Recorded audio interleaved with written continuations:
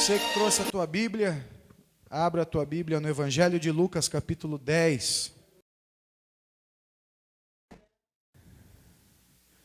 Evangelho de Lucas, capítulo 10. Amém? Todos acharam?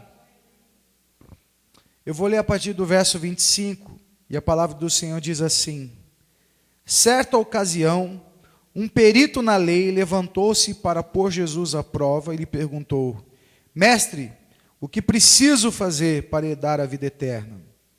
O que está escrito na lei? Respondeu Jesus. Como você lê?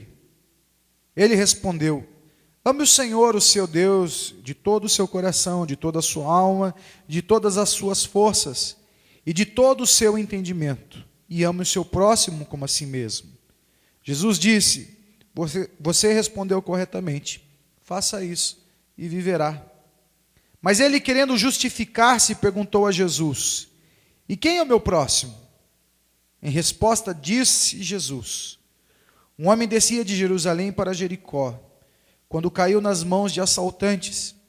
Estes lhe tiraram as roupas, espancaram-no e se foram, deixando-o quase morto. Aconteceu estar descendo pela mesma estrada um sacerdote. Quando viu o homem, passou por outro lado. E assim também um levita, quando chegou ao lugar e o viu, passou pelo outro lado. Mas um samaritano, estando de viagem, chegou onde se encontrava o homem, e quando o viu, teve piedade dele. Aproximou-se, enfaixou-lhe as feridas, derramando nelas vinho e óleo. Depois colocou-o sobre o seu próprio animal, levou-o para uma hospedaria e cuidou dele. No dia seguinte, deu 2 denários ao hospedeiro e disse: Cuide dele, quando eu voltar lhe pagarei todas as despesas que você tiver. Qual desses 3 você acha que foi o próximo do homem que caiu nas mãos dos assaltantes? Aquele que teve misericórdia dele, respondeu o perito da lei. Jesus lhe disse: Vá e faça o mesmo. Pai, fala conosco, ministra a tua palavra, o teu recado santo e bendito, e traga, Senhor Jesus, aos nossos corações o ensinamento da tua palavra. Eu oro no nome de Jesus, amém e amém. Glória a Deus.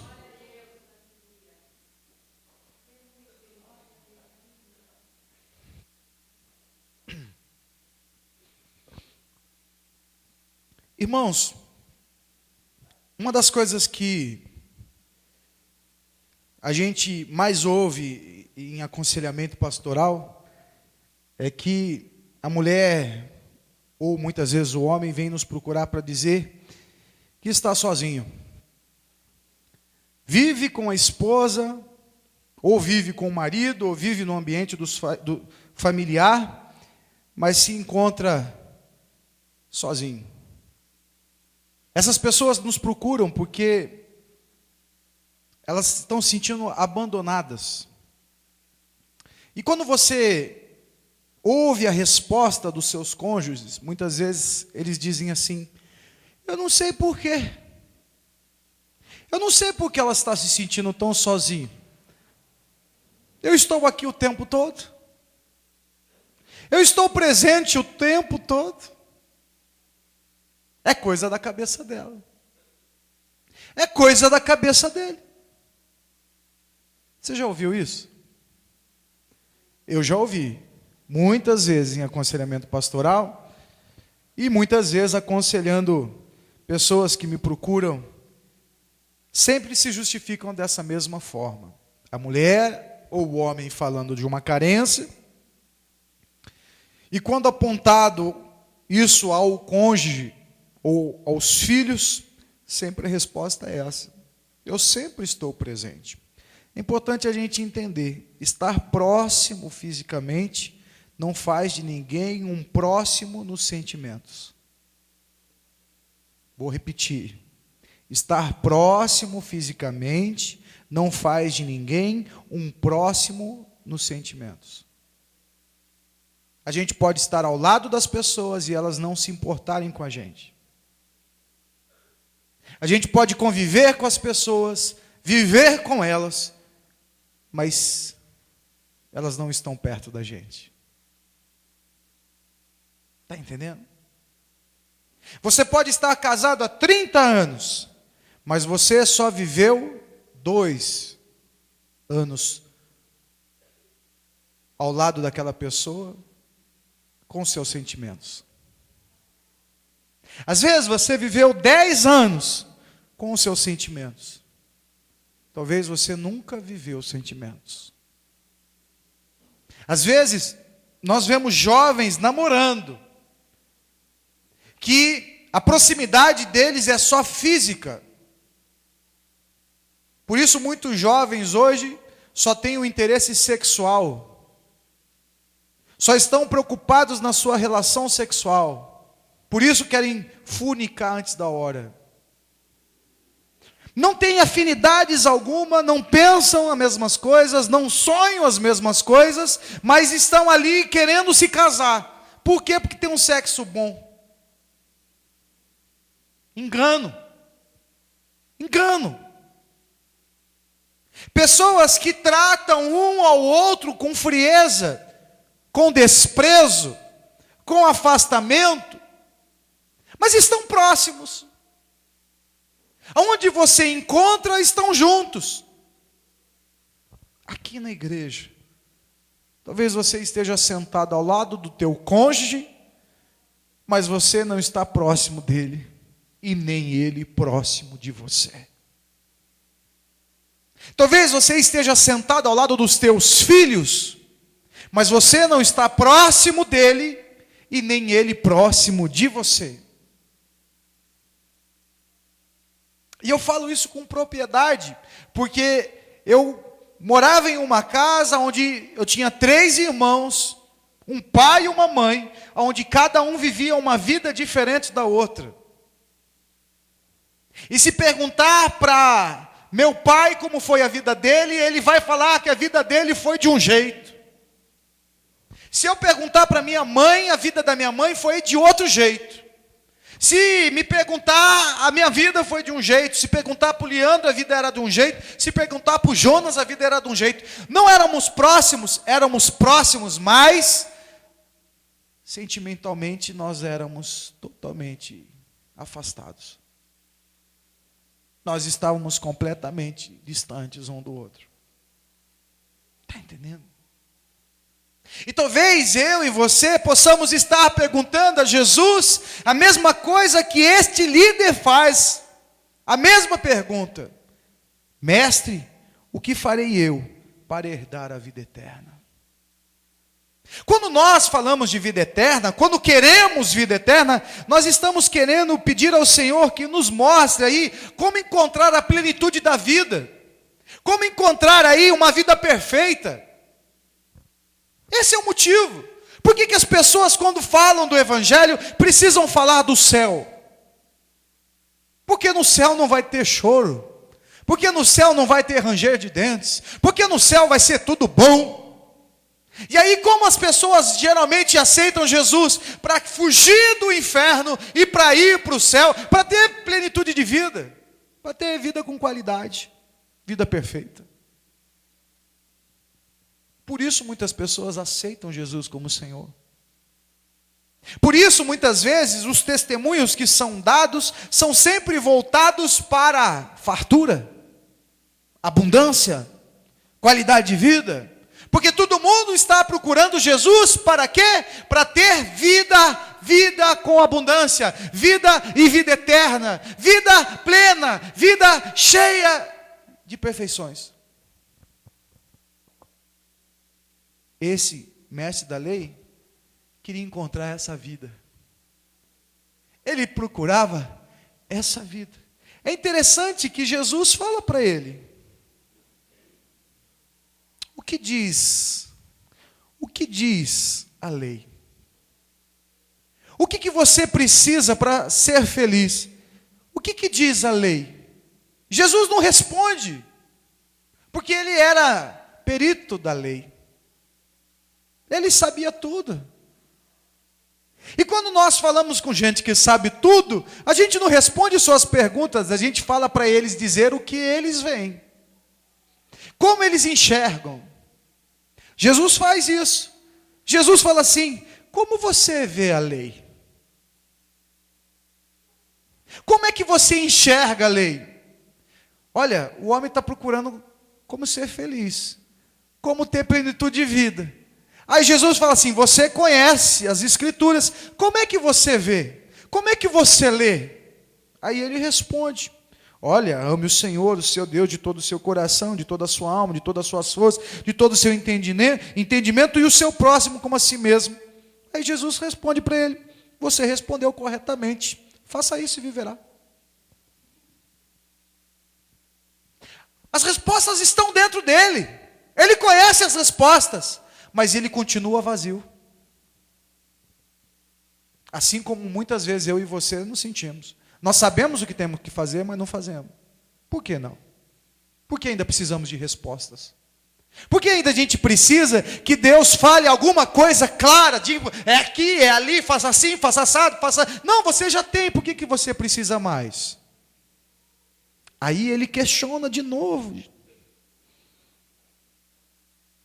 E fala assim, mas querendo se justificar, querendo dizer assim, eu não sou feliz, eu não tenho plenitude de vida, eu não tenho uma vida boa. Ele tentando se justificar.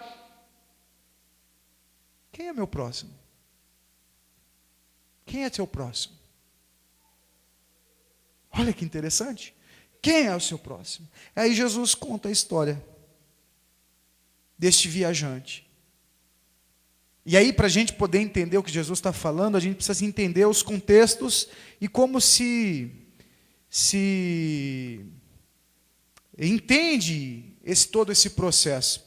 A palavra do Senhor fala aqui, um vendedor, um viajante vendedor, saiu por um caminho entre Jerusalém e Jericó. Então entenda uma coisa, Jerusalém significa visão de paz. Isso quer dizer o quê? Um lugar de paz, de história, de religião, de privilégio. Jerusalém. Agora, Jericó, cidade de maldição. Porém, na cidade de Jericó, era uma cidade muito bem localizada, onde havia algumas palmeiras, lugar bonito. Então, nesse lugar em Jericó, no caminho entre Jerusalém e Jericó, haviam lugares, becos, vales, onde ladrões se escondiam. E era ótimo, porque era uma forma deles encurralar os viajantes.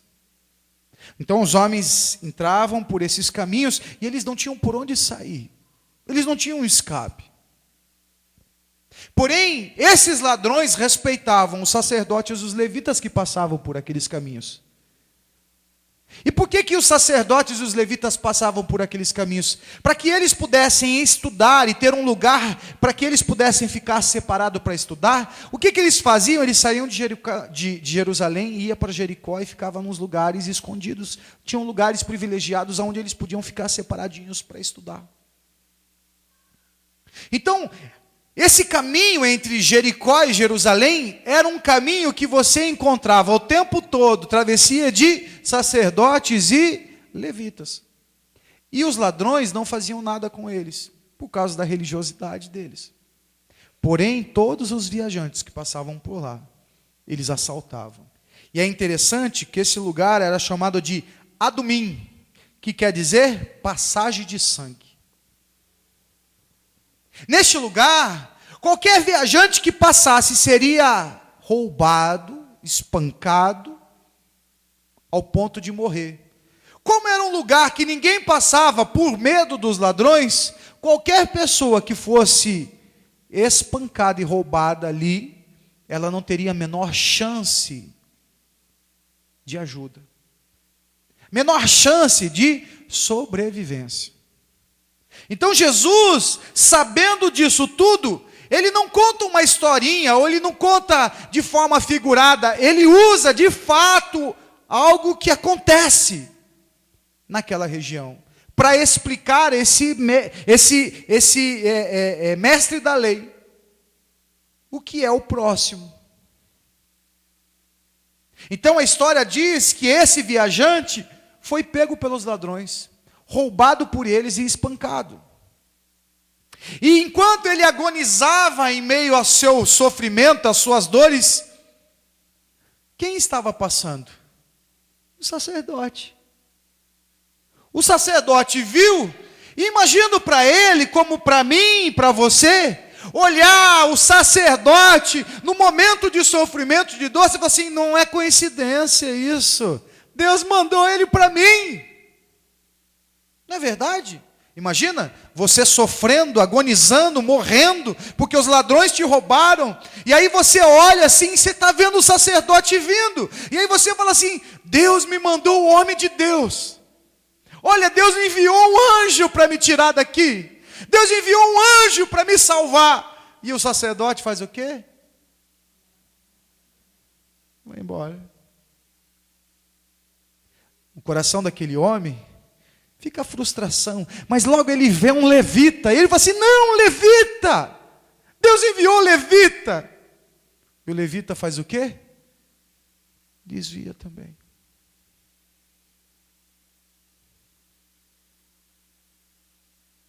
E aí Deus fala aqui, um samaritano, um bom samaritano, que não era sacerdote, que não era levita,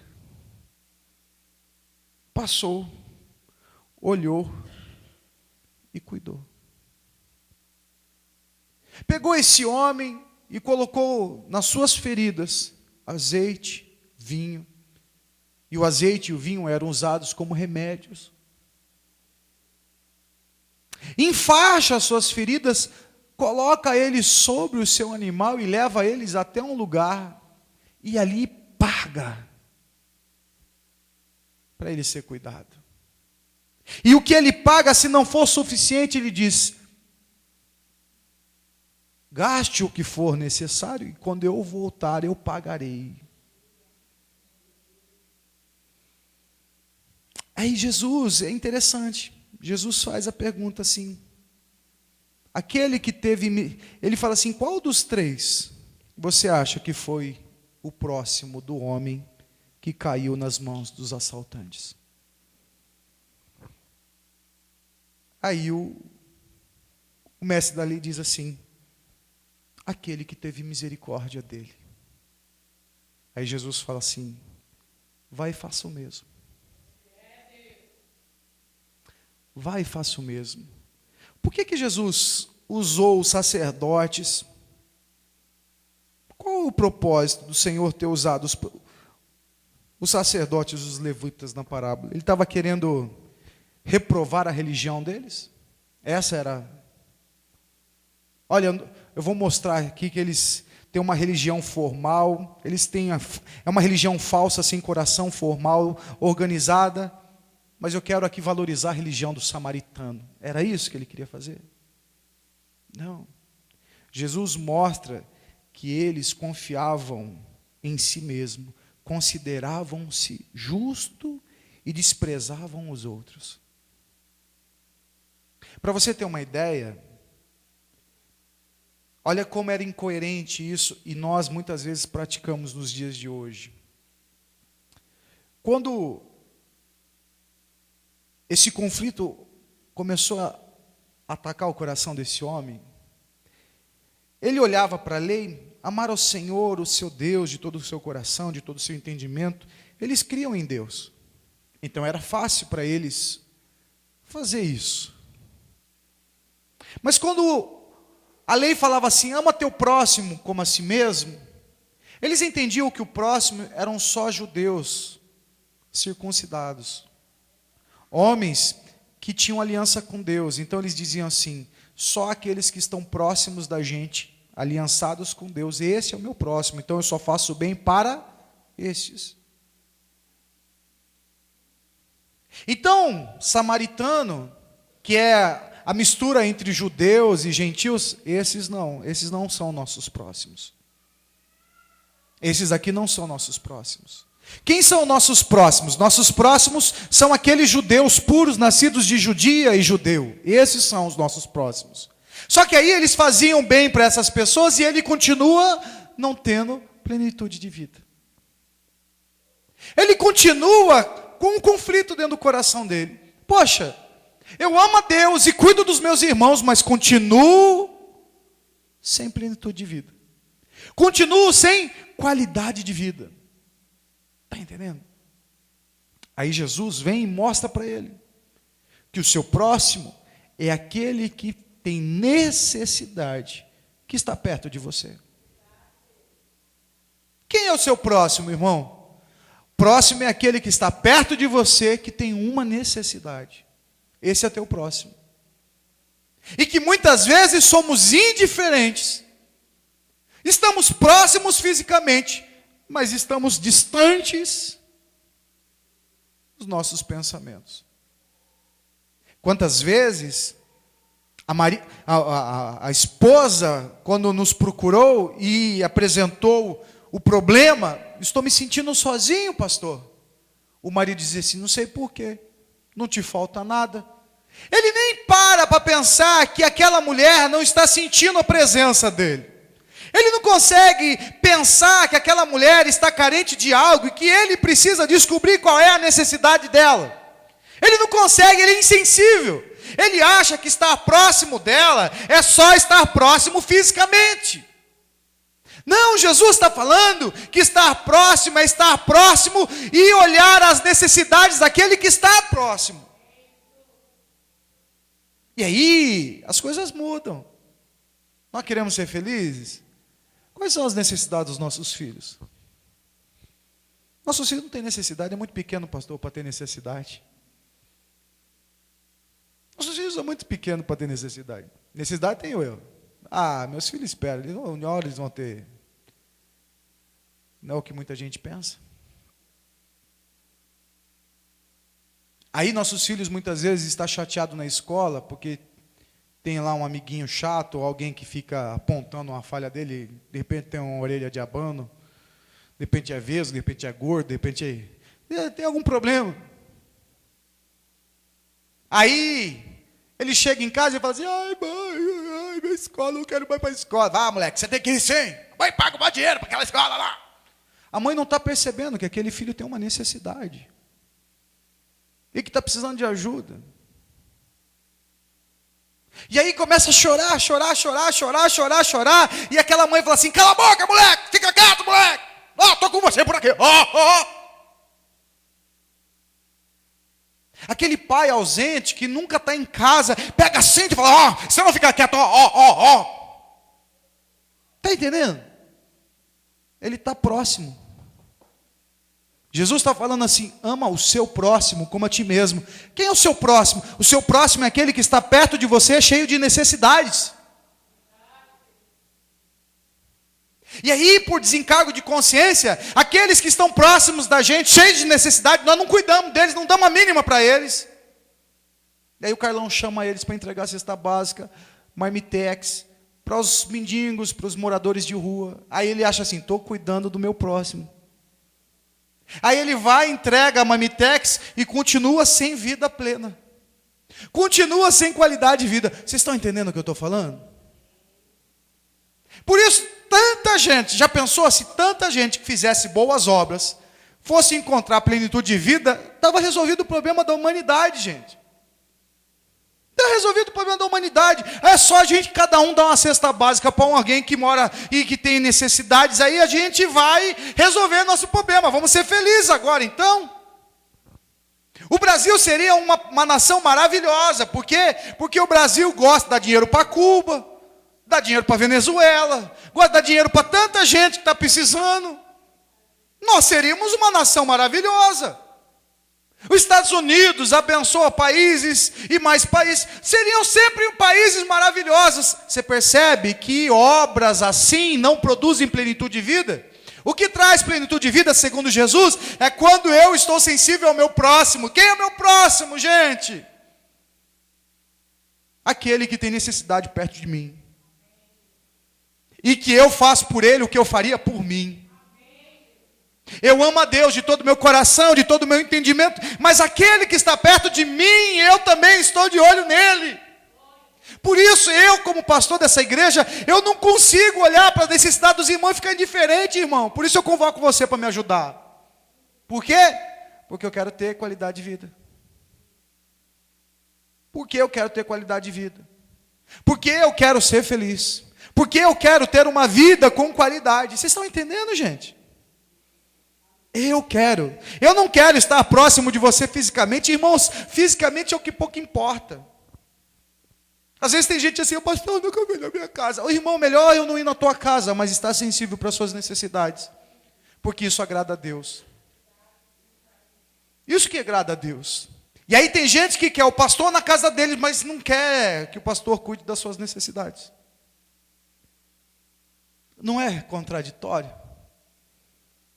As minhas necessidades, não, deixa que eu me viro, pastor, aqui eu me viro. Mas se o senhor vir aqui em casa e comer um churrasquinho, aí eu fico feliz da vida. Eu venho aqui e me preparo para trazer uma palavra de Deus para você, para quê? Para suprir as suas necessidades. Eu preparo a escola bíblica junto com a pastora para suprir as suas necessidades. Se o problema da tua necessidade for físico, se a gente dá um jeito. Se for financeiro, a gente dá um jeito. Se a gente vai fazer o que for necessário. O que menos importa é eu ir na tua casa.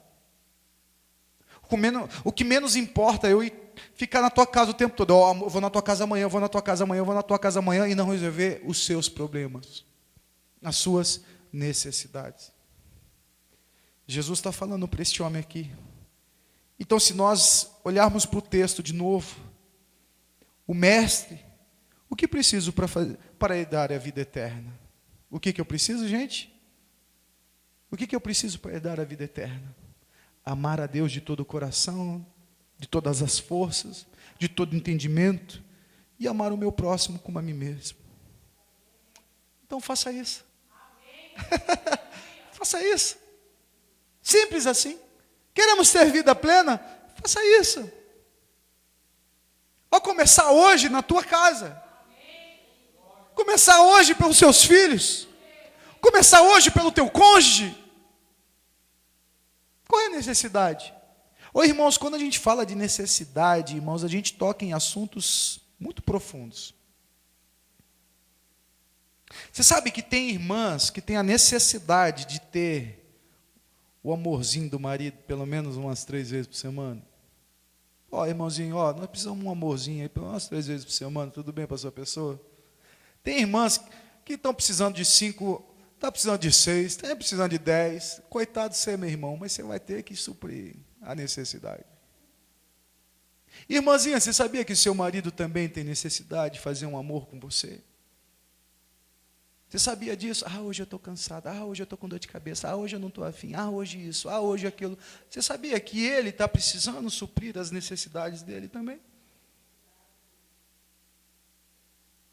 Eu vou dar um gelo nele. Vou fazer o menino subir pelas paredes. Você priva ele das necessidades e o diabo coloca outra que não vai privar.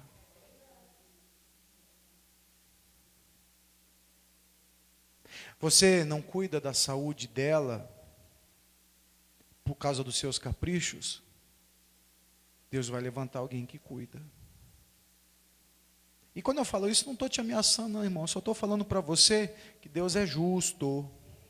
Deus é justo. E aí, se você não faz isso, irmão, adianta vir orar na igreja? Adianta fazer campanha? Adianta ficar segunda, terça, quarta, quinta, sexta, sábado, domingo na igreja? Vim domingo de manhã, domingo de tarde, domingo de madrugada? Adianta subir monte, descer monte? Não. A plenitude da nossa vida depende de como eu cuido do meu próximo. Jesus fala isso. E ele estava falando isso para o mestre da lei.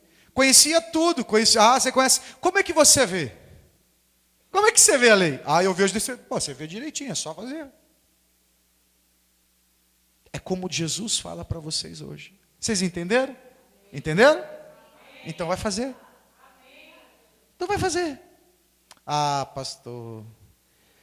Pastor, você não sabe como ela é em casa, pastor. Ele não toma banho. É fedidinho. Irmã, com carinho, chama ele para o chuveiro. lava ele, dá um banho nele. Usa suas armas. Está entendendo? Faça um rastro. Te espero aqui. Aí você chega lá, liga o chuveirinho, fica do lado de fora. Não vai você no chuveiro, deixa ele no chuveiro. Lava ele. Bonitinho. Aí você vai ter um marido cheirosinho. Ele é grosseirinho, dá um jeito de fazer o mocinho ficar mansinho, docinho. Eu estou falando dessa área porque é uma área que ninguém gosta de tocar, todo mundo é perito nisso. Só que é tão perito que vão em sex shop escondido para ver se dá uma pimentada no casamento. Vocês são perito mesmo, hein, irmão? Olha o que Deus está falando aqui. Quer apimentar teu casamento? Faça direitinho. Olha, pastor, essa semana falou assim, você tem que fazer a carteira da sua mulher ficar cheia. Né, Cedinho? É. Ó, você tem que ficar preocupado se a carteira da tua mulher está sempre cheia. Você já deu uma olhada? Você sabe, irmãos, que quando eu ouvi aquilo, eu falei assim, ei Deus, será que a pastora tem dinheiro?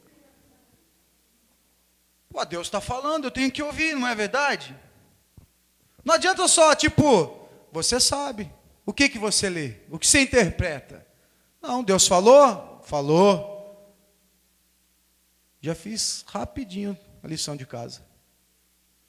Eu almocei com o Serginho, com a pastora, com a Leila. Começamos a dar um rolezinho em umas lojinhas.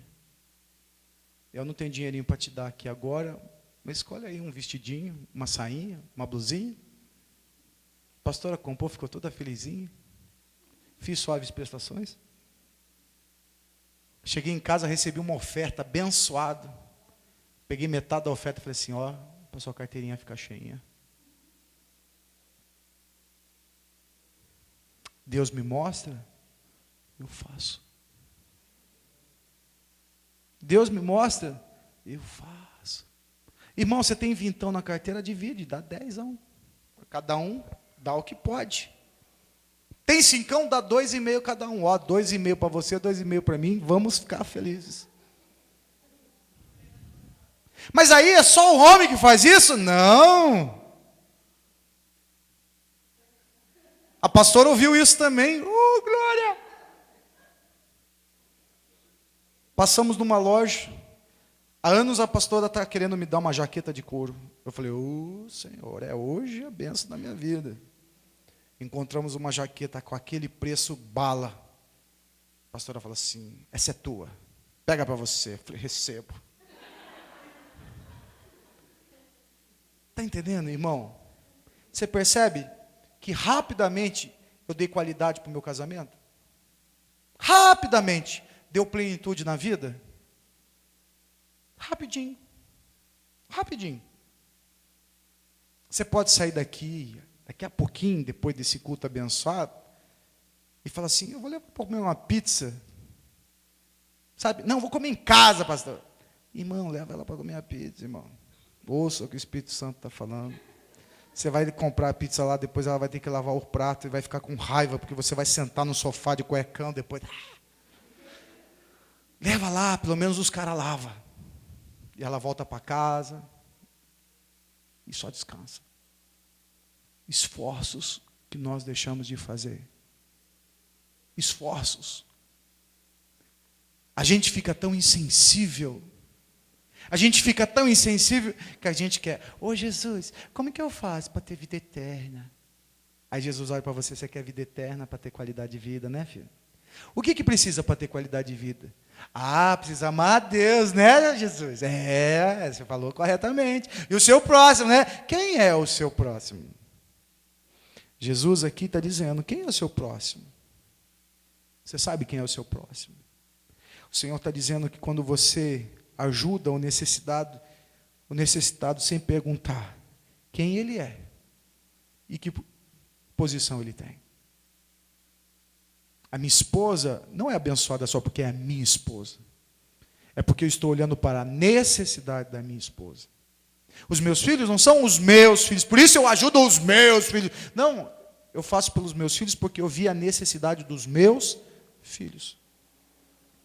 Se eu ver a necessidade dos meus sogrinhos, Então, qual é a minha sensibilidade agora? De cuidar do meu sogrinho, da minha sogrinha. A necessidade da minha mãe. Qual a necessidade do meu irmão? Quem são o meu próximo? Aqueles que eu consigo enxergar as suas necessidades. Deus não está falando daqueles que eu não estou enxergando, não. Deus está falando daquele meu próximo. O próximo é aquele que está próximo de mim e que eu enxergo as suas necessidades. E aí, eu vendo as suas necessidades, eu cuido dele como eu cuidaria se eu estivesse fazendo para mim. Ah, mas ele não está dizendo assim, mas ele é muito chato. Ah, o senhor não conhece. Não, Jesus está dizendo, quem é o seu próximo? Quem é o seu próximo? O seu próximo é aquele que está perto de você, que tem necessidades. Esse é o seu próximo. Então agora você quer ter vida plena? É com você. E aí o Espírito de Deus faz você pensar. Jesus não respondeu nenhuma pergunta que aquele homem fez. As respostas estavam todas dentro dele, ele sabia todas elas. Como você está sabendo agora, se não sabe. Sabe? E a palavra do Senhor diz assim, a quem muito é dado, muito é requerido. É melhor que não tenha ouvido, é melhor do que não ter aprendido. Mas você ia saber disso? Você veio aqui hoje, nem imaginava, pois agora você já ouviu.